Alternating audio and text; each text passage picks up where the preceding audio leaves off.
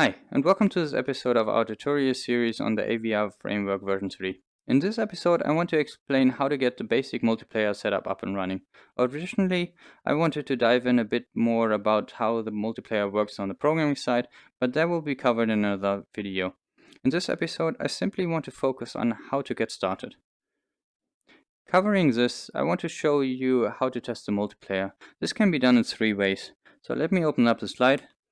The first way is the editor. You can directly initiate play inside the editor with multiple instances. This is fast and simple, but creates a lot of limitations. Server travel does not really work, hosting does not seem to be reliable, and VR really doesn't like to to have multiple instances running in the same process. But you can gain other engine-related benefits, such as imitating network travel, which is amazingly useful. Alternatively, you can start the game or server using the command line. This is technically still using the editor, but starts the game in a separate standalone mode, which turns out to be an extremely practical solution for testing. The game behaves exactly like a package build without having to go through the packaging process. But one downside is still that you have to have the engine installed. So the third possibility is to create a package project, and this build then you can send off to a friend to test for multiplayer purposes. Obviously, the build process is way too long for normal development reasons, so you normally try to avoid that during the development phase. You have these 3 ways for testing depending on the situation. All of these options can be used in a listen server or a dedicated server. So just to recap, a listen server is basically a server which also controls a player, while the dedicated server simply hosts a session without having a player of its own. So for hosting, joining, and finding servers, we have created a simple widget. This widget mainly uses the online session nodes. They basically act as an interface to the online subsystem. So the widget simply uses nodes host, join, and find session, and lastly destroy session. And these will be communicated to the online subsystem. So if you press the button host session, the host session node will ask the online subsystem to create our session, and that will go back, and as soon as the session is created, this button will turn. And if you press it again, it will ask the online subsystem to destroy the current session. It's the same with if you press on the refresh button, it will try to find sessions. The online subsystem will then try to find these sessions, and the returned sessions will then be listed in this list. And if you press on a session, it will ask the online subsystem to join our session. And at the moment, we are using the Unreal Basic null subsystem, which is an extremely limited but very simple way to get started. But when you want to host your own application somewhere, you will want to use a different subsystem like Steam, AWS, Google, Oculus, or the Epic subsystem, which I believe recently opened to developers. So what you get out of this is that AVR and the online subsystem is completely separated, and they basically use this interface to communicate. So you can exchange the subsystem with any subsystem that you want to use, and you don't have to change the AVR system for that at all.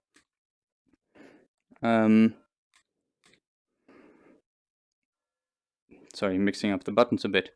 So without further explanation, let us see what that looks like in practice.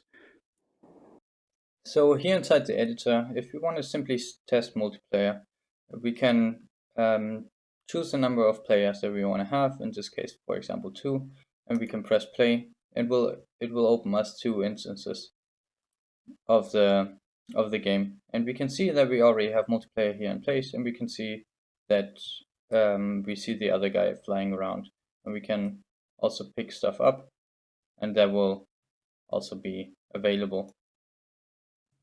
Again, as a dedicated server, we can also run this as a dedicated server. So if we press play here, we can see that both instances are now clients, and we can test the whole thing as if dedicated server was in place. So in this case, it will not be much of a difference. Additionally, what I find very useful for testing purposes, if we go in the advanced settings, we can find our multiplayer options in here. And if we enable network emulation, we can set it to have bad network traffic, for example, and then we can test how our game would look like with really bad latency. So I'm going to close that, and we can see it's already running quite worse, but it still runs somewhat okay. And we can see that we really have very bad latency in here. And then we can stress our application whether it still works if our network connection would be really bad, and how it looks if our network connection is really bad. So if I try to pick that up, for example, you can see it's very delayed on the other side, and this is very useful for testing purposes. As I mentioned before, the in-editor play also has some limitations. So one of them was at server traveling, it didn't work. So if I hit play, simply the menu buttons will not take us to another level, and we won't be able to server travel at all. So all the testing has to be done inside this level. And you can also see that I used the non-VR pawn for testing. That is because if we had hit a VR preview here with multiple instances, it will simply not do us any favors. For that, I created a workaround, which basically forces the editor to start a VR pawn, even though it is playing in normal mode. I can show you that pawn right now. If we go in the player controller and we choose the pawn select, and instead of setting it to dynamic, it will set it to force VR. That means always a VR pawn has to be selected. And now if we hit play, we can see that we have a VR pawn here that I can kind of move around in. Also, I would be able to move the VR controllers here. The only problem is if the VR headset has been activated before, in this instance, I cannot move them around because the VR controllers have the position of the VR. But I can still use my original VR headset and have buttons, kind of pick them up and emulate it that way. So it's a bit of a hassle, but it helps you test certain situations where you don't want to use the VR headset, but definitely need the VR pawn, for example, the lasers or the hands, to kind of see what's going on. So that was all the testing inside the editor. The next thing I would skip outside the editor. We don't need that anymore, so we can close that up. So the second option was to start the game using the command line. For these, we can either start a listen server, a dedicated server, or a client server using these commands. I find it a bit tedious to actually write them into the command line itself, even though that will work, but due to the fact that you have to insert the whole project name and the path to the UE4 editor in here, the actual commands get quite long. So I try to use a shortcut for that in the literal sense. So what you can do is you can go to your engine folder, which is wherever you installed your engine, under the folder engine binaries Windows 64, where you have your Unreal 4 editor executable. You can press right click and send to desktop shortcut, for example, and then you have a shortcut which you can, under properties, edit. And what I like to do there is insert these parameters in there. So the first thing is already in place. That is the path to your engine. The second one would be the path to your uproject file. So in my case, for example, there would be this path, d underscore plus the uproject file. And the third entry would be the name of the map that I want to start. And I have prepared these for myself because I'm using them like that. So yeah, so I don't get my windows mixed up. Let me simply sort them here. So for example, I have these three shortcuts for myself: one to start as a server, one to start as a non-VR pawn, and one to start as a VR pawn. We can see that we have these commands right here. So this is the path to the editor. This is the path to the U project file. This is the menu, the map that it's supposed to be starting. And since it's supposed to be starting the game and not the engine itself, you need the -game entry here. Since this is supposed to be starting the non-VR pawn, I need to set in the no HMD. Then I can also, and this is not necessary, but I do like to do that, to set the window a bit smaller so I can have multiple windows at the same time. I also need to have it in a windowed mode. I need to specify the -window, and the -log is always useful to have. The other nodes are very similar. So to have it running in normal VR mode, the engine path is still the same, the path to the project file is still the same. The map, you can specify any map that you want to start there, and the -game parameter is very necessary, and the -log is always very useful. And the same thing to start as a dedicated server. You also have the first parameters that are basically the same. You tell the map which map is supposed to be loaded at the beginning, and very importantly, you want to have the -server parameter and specify the port. And now we can test that out and run these links ourselves. So now, as the first example, I want to start the non-VR pawn. And we can see that the engine is starting to call, but instead of opening the engine itself, it will open us another window. And this normally takes a bit.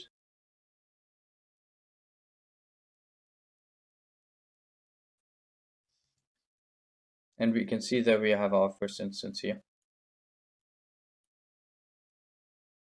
No. Okay. And I can open another window because I want to test multiplayer. I think it's always useful to have more than one instance.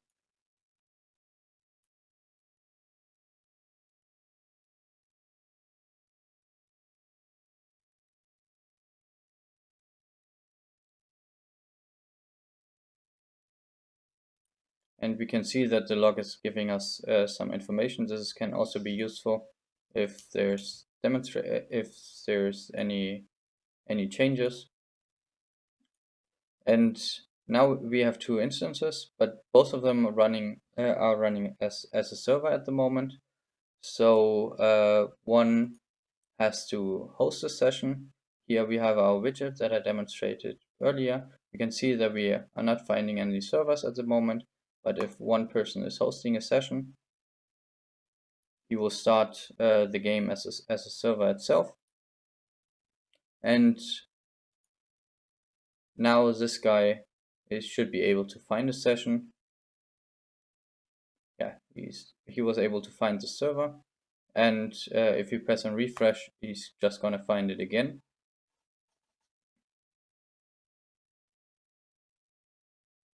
And if you press on the join session node, then we will be able to join this game. And we can see that we are already in here, and this guy is paying attention. And we can also see inside our widget that we currently have two players in place. And even while pressing on these buttons, we can have voice communication. The voice communication is still a bit experimental, and I will probably not advise using this package because it seems to be only working in certain situations. But you can definitely try it out, and I would like to get your feedback on that. So finding these sessions will only work if you're in the same network. If you're outside the network, then you can use the IP address to connect to a hosting server. It's very important that you have the port 7777 open, unless you specify the server to be running on another port. And remember to not only have the TCP sockets, but also the UDP sockets open, ports open, sorry. And that is about it for this side. We can close these sessions again, then these get exited, and we can also start a standalone server. So what we had now was just an example of a listen server. Remember, one person hosted and one client joined. The person who hosted was still acting as a server and still had all the server privileges. Now we're starting a dedicated server. So this is just running inside a window, but it's not opening another window. And now if we start a client that maybe want to connect,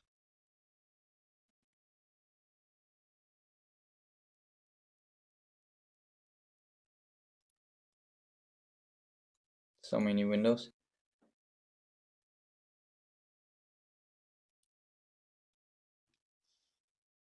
Okay, we can see here without the server already joining us, hosting a session.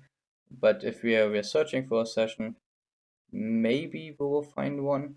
If we're not finding one, then we actually have to connect ourselves using the IP address. Obviously, this is always my own IP address.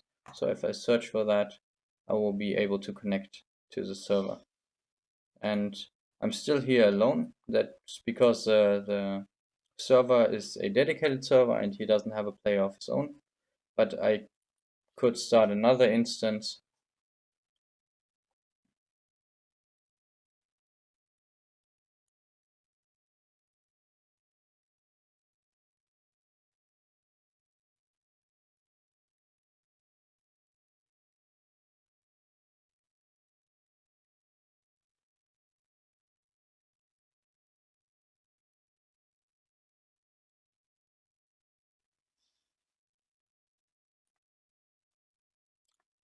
And this also won't find a server, but you can join the same IP address, press search, and he will now join the same game that this has joined. Both will act as a client. The dedicated server doesn't have a player, and you can see that it's synchronizing, and both players have joined the same server.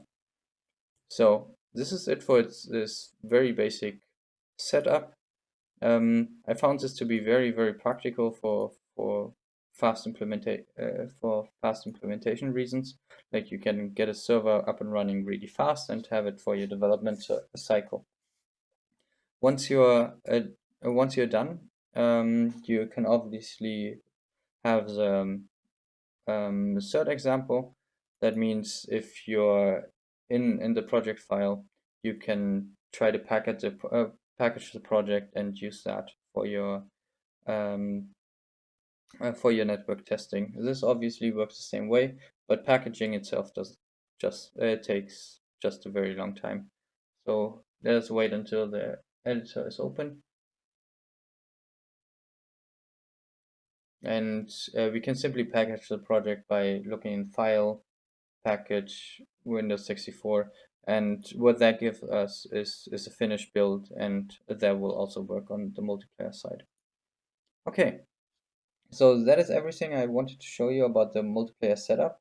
Remember, if you need advanced matchmaking, that means advanced finding of servers, advanced sessions and server setup, then the framework is not responsible for that. It's the online subsystem that mainly does all the matchmaking. Everything goes over the online session nodes, and the interface is inside the widget. Remember, if you we only joined as a non-VR pawn so far. If you want a VR to spawn, it's basically the same. You can just drop in a widget or a palette the same as the non-VR palette, the non-VR pawn, and join the session that way. So basically, both can use the same widget to join the same sessions. Okay, this is everything I wanted to talk about, and I will hopefully see you in the next episode.